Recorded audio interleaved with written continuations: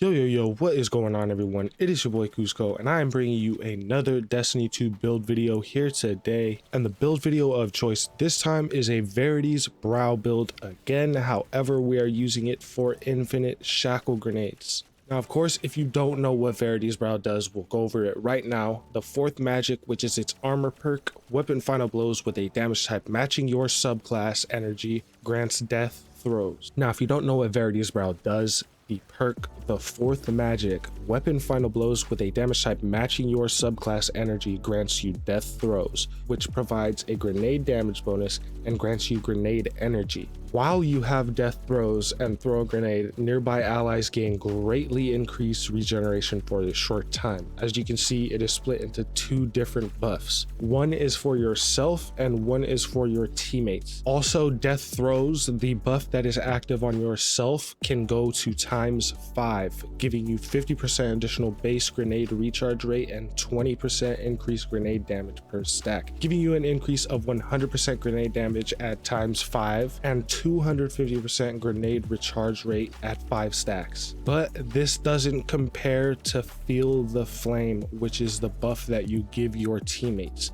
While within 20 meters, Feel the Flame grants 1000% additional base grenade recharge rate. So this is great for running for your team. Things such as raids, it's going to keep you alive because it's going to give you suspend over and over and over. It's going to give you woven mail because we'll be picking up orbs. It's going to be giving you a damage boost because we have a strand surge on. And while at ×5 stacks, you will see that red bar enemies do just die instantly to the grenade instead of getting shackled. With that out of the way, let's go ahead and get straight into the build.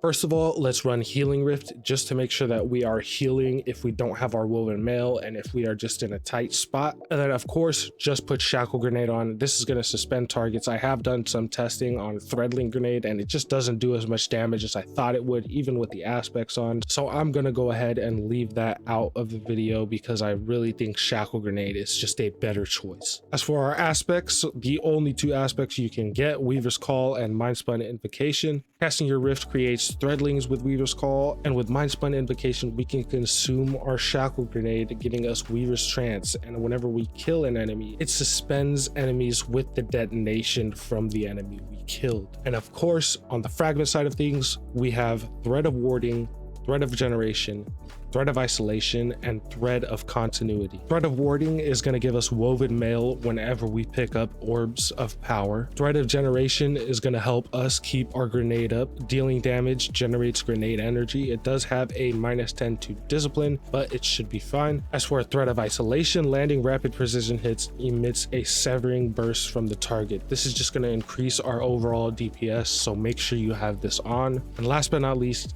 Thread of Continuity. Suspend, unravel, and sever effects applied to targets have increased duration. This is going to keep the enemy suspended forever to make sure that if you don't have your grenade, you can just shoot him to get your grenade back. And that is basically it for the build. Here are my mods if you wanted to use everything I have on as well. The only things I do recommend are the grenade kickstarts, firepower, charged up, stacks on stacks, and Reaper, just to make sure we're creating those orbs of power, staying charged with light, just that way we can use the grenade kickstarts that we are acquiring. And if we are not using our grenade, we will have that strand weapon surge. No time dilation is needed, just because you are going to be using your armor charges every single time you get them. And if you're not using them, you're just going to use your strand weapon surge to get your grenade back to use them. For the artifact mods, you want to go with Shattering Orbs, Defiant Armory, Untangler, Allied Unraveling,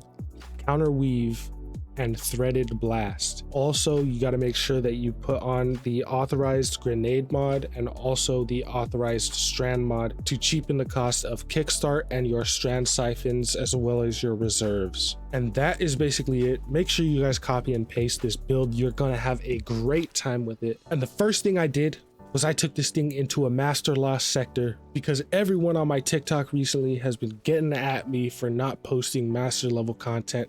However, Me personally, I just don't run master content just because you can run 5 legend content lost sectors and still get the same amount of exotics as if it were on master. And it's not like master is any harder. The only thing it does is it spawns double the amount of champions. You just have to kill more champions. That is literally it. It's still easy. It is still the same lost sector. So I don't know why everybody is saying that there is such a big difference between legend and master. But once you get to max light, there really isn't much of a difference between these two. You can pretty much use whatever build you want and you will still get through the master lost sector. It does not matter what you are using. As for weapon synergy, the circular logic. This thing is my favorite LMG ever since season 20 dropped, just because of the hatchling perk on it and the fact that you can get unraveling rounds. It makes it feel like an outbreak prime in an LMG form. Also, if you need to take down champions quick, just go ahead and put on an Ikelos shotgun with trench barrel. It is not that hard to take them out. And then also I wanted to say the Perpetualist. If you don't have one of these things crafted, you can get enhanced golden tricorn on this or enhanced target lock if you want that. However, Envious Assassin is definitely the other perk you're going to want to go for, especially if you're using something you're getting a lot of kills with, such as the circular logic, because then you can swap between these Envious Assassin weapons and never really have to reload. Exotics that I found were great for this build are the Final Warning and the Osteostriga, as well as the Parasite. If you want your heavy weapon to delete champions, use Parasite, because this thing with a ×20 stack, as long as the champion is stunned, will kill any champion in the game. And also, if you're looking for a little bit higher damage, go ahead and put on the Merciless. It is great for killing champions if they are stunned, and this way you can still use your circular logic for ad clearing if you wanted to do that. But the main two weapons I found were the best are the Osteostriga and the Final Warning. Let me know how you guys like this build, and if you did enjoy this build video or it did help you out in some way, be sure to leave a like or comment and subscribe, as it really does help me out and push me to make more videos. As always, before I get out of here, I hope you all have a great day. Make sure you all appreciate everything and everyone around you. I love you all and enjoy the rest of the gameplay.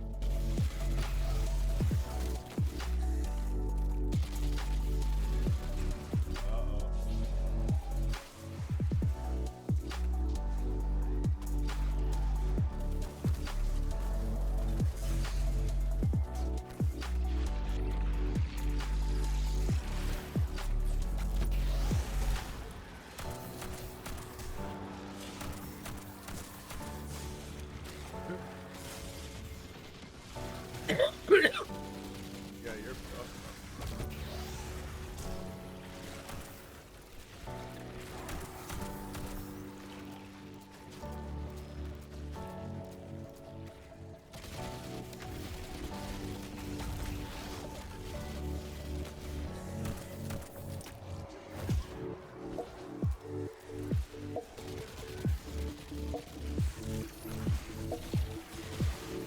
right in the open wound.